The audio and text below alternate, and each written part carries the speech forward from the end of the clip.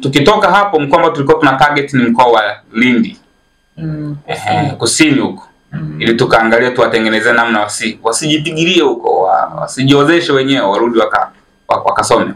Na pia tukiangalia hata kwa mabinti mikoa ya kusini huko, hii changamoto ya mabinti kutokurudi shule au wengine kukataa shule kwa ajili ya kutaka kuolewa imezidi sana huko. Ukiwa kama mdau wa elimu na ni sehemu nyingine ambayo mnataka kwenda, utalisimamia vipi hilo swala la mabinti kurudi shule, familia kukubali na watoto kukubali kweli kurudi shule? Kwa sababu naamini kwamba kuna semina ambazo mnazifanya na hao mabinti, mnawaelekeza namna gani kupata elimu unavyokuwa.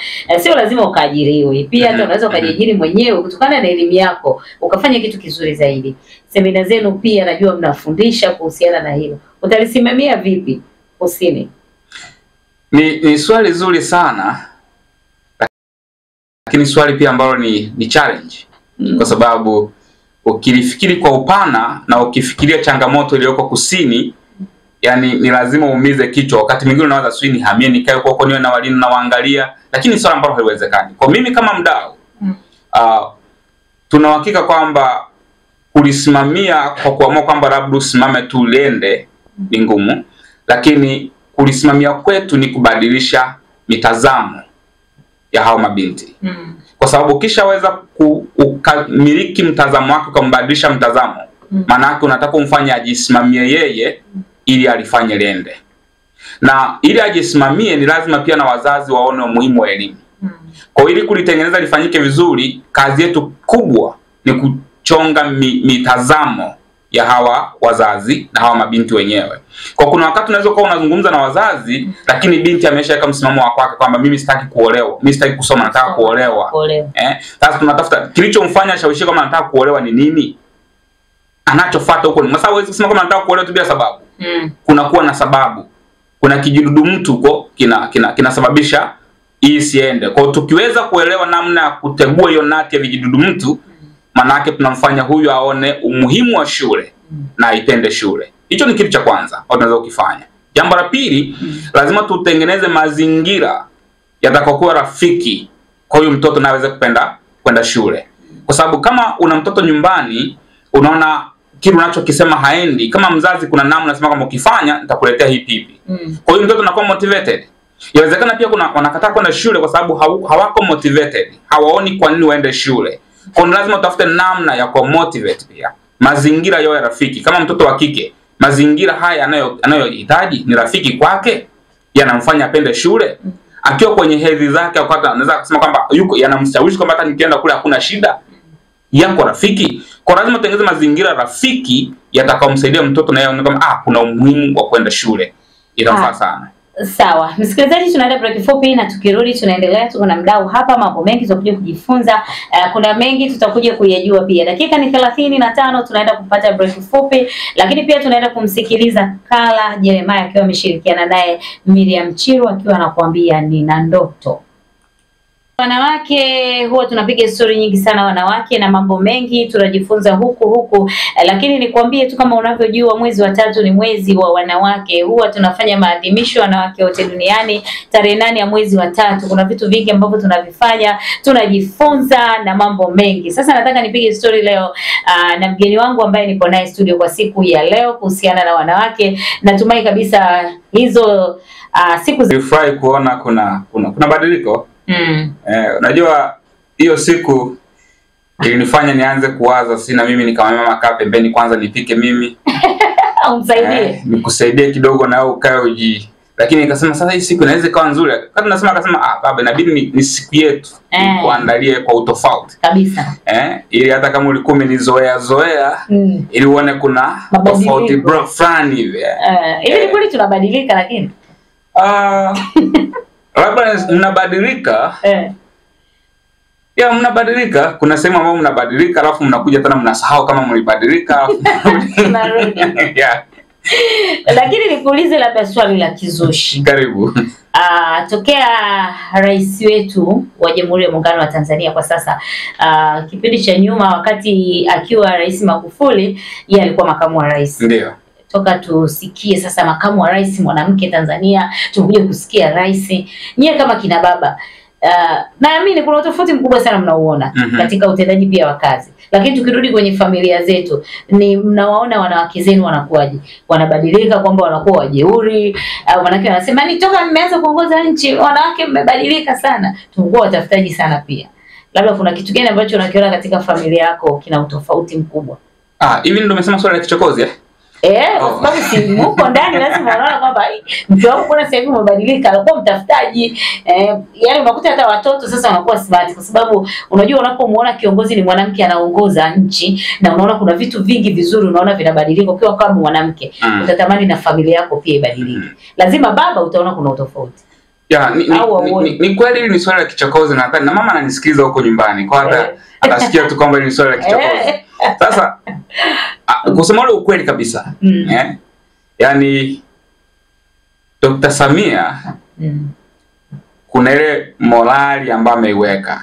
Yani kiukweli, yani mpeni tu maua yake, yani wakati mnakosimama naye, yani mkisikia mpe tu maua yake, yani yote yani akipitiliza ni ya kwake. Yani kuna morali fulani hivi imekaa tangu alipoanza kuwa makamu wa rais. Najua kitu ambacho kama Waafrika ambacho hatukuwahi kuwa na hiyo mawazo kwenye vichwa vyetu ni kama mwanamke anaweza kushika nafasi kubwa. Tulikuwa tunaona wanakuwa mawaziri, wanakuwa wabunge, lakini hatukuamini kwamba wangeweza kuweka udhubutu wa kufanya sio tu kuwa rais. Yani ile nafasi tu ya kwanza ya makamu. Yani ile nafasi ya makamu haikuwepo hata Marekani. Hata kwa Marekani hakuwepo. Wakati wanachagua, unajua mimi nilikuwa huko. Kwa hata makamu wa rais kwa Marekani waliongea sana. Kamala kuwa makamu wa rais nao waliongea. Ilikuwa ni mapinduzi makubwa kweli kweli. Kwa Mama Samia yeye kuwa makamu wa rais kwa wanawake ameweka morali nyingine. Moja, kwenye vichwa vyao amesema kumbe tunaweza. Yani kuna watu walikuwa wanajidharau huku chini, yeye alipopanda huko kama amefika kule kumbe tunaweza. Sasa alimekuja kutia fora. Alipokamata kijiti, alipokuwa rais, amefanya vikubwa ambavyo watu wameacha watu midomo wazi. Hata mimi kuna wakati niliachama jamani, nikasema mama hivi kumbe wako hivi. Bwana usione kobe kainamisha kichwa bwana. Kumbe na nguvu kiasi hiki. Yaani kuna namna anafanya maamuzi kusema mama wakongo anaingia tu moja kwa moja. Anaingia moyoni, anaingia kwenye status. Sasa huo ni ukorofi kidogo. Unaweza kujiuliza sasa unaposti wake au mke? Hapo. Maana unajua kuna swali najiuliza, kuna posti wake au mke? Bwana unajua unaweza ukaona kwamba nina mke alafu nina wake.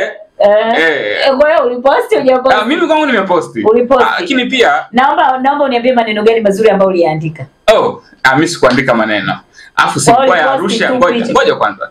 Ile ilikuwa ya Arusha huko. Sio kwa ajili ya wanawake hata kama ni Arusha. Lakini ilikuwa ni siku ya wanawake. Kwa hiyo lazima na mke wako anahusika kwa siku hiyo au kwa mwezi huu. Kwa hiyo wewe uliposti, na ni maneno gani ambayo uliandika? Kiukweli kabisa, mimi wasimpostiji mke wangu. Maana yule ni wa kwangu mwenyewe. Yani wasimpostiji. Na ana hata hii siku, yani ile honestly kabisa, frankly speaking, ingekupost. Lakini ulimfanyia kitu kizuri. Lakini hiyo lazima. Unaachaje kufanya? Yani ndio nilitaka nisikie hivyo. Unajua sio kwamba ukimposti mtu ndio unampenda. Mimi mwenyewe simposti mume wangu. Kwa sababu ile ni simu yangu. Najiposti mwenyewe au? Kabisa. Yani hivi unajua wewe, yani tonge hili hapa ni la kwako, unajaribu kuonyesha watu kufanya matangazo kwa watu wataanza kumeza mate waseme kama jamani sasa vipi kuna huku. Asante sana. Ongea neno la mwisho kwa wanawake ambao wanakusikiliza sasa hivi. Ni kitu gani ambacho unawaambia ili pia tunapomaliza huu mwezi wa 3 tuwe tumejifunza zaidi. Tunapoanza mwezi wa 4 tukisubiri tena mwezi wa 3 tunaendelea kujifunza na kupata vitu vizuri kutoka kwa kina baba. Asante sana. Mwanamke wewe ni mtu mkubwa sana. Mkubwa mno. Usije ukajishusha, usijidharau, usijione mdogo, usijione uwezi.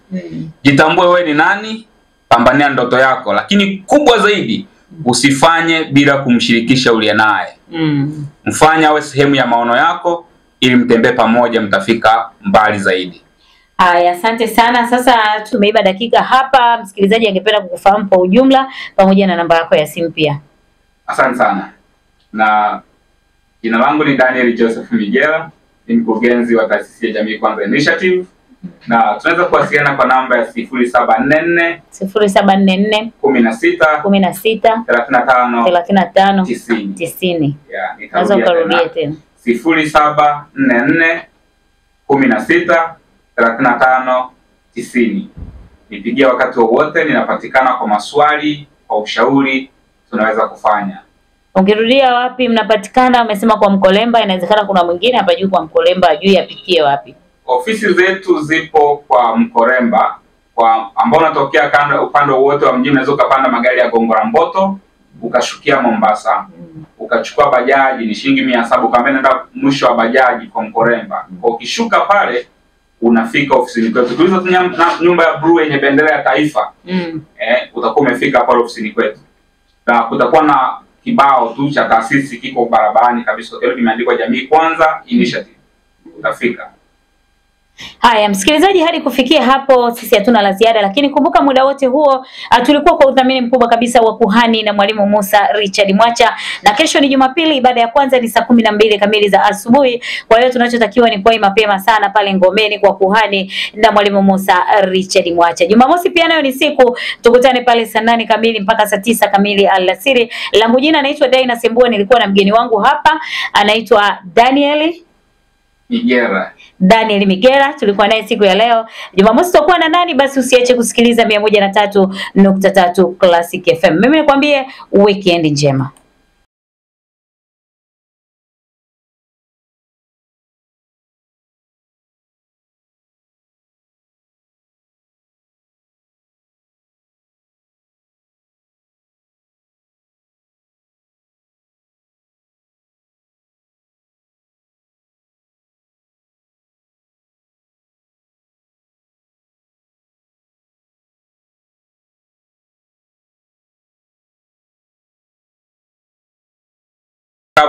Kabla